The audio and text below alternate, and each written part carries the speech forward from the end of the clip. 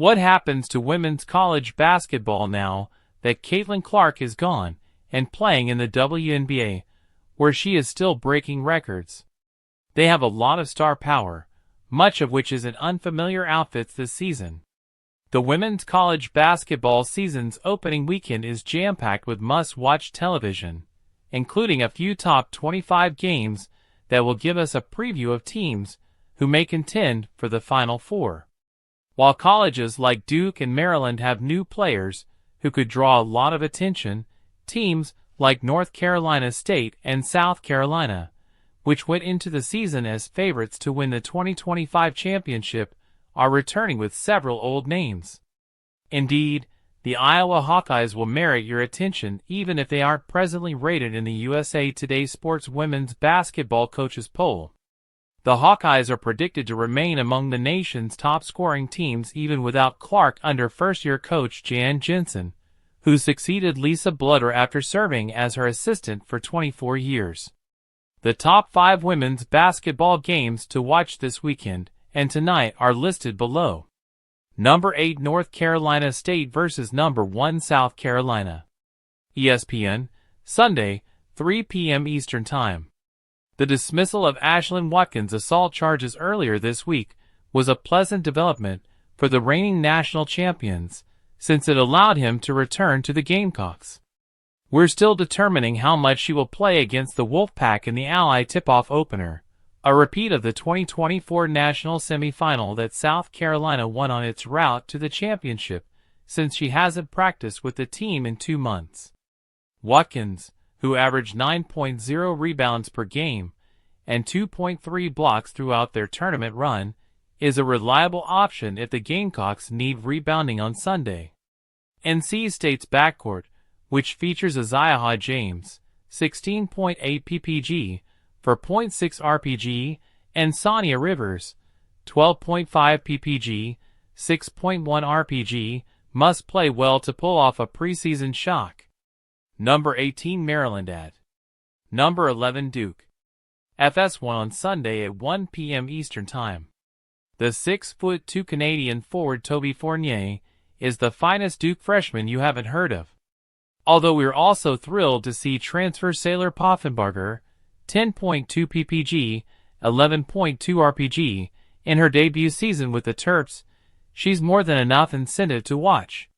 Before moving to Arkansas, where she excelled as a player for 2 years in the SEC, Poffenbarger had committed to Connecticut.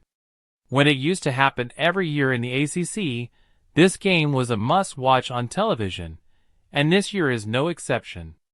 Creighton at South Dakota State, number 20.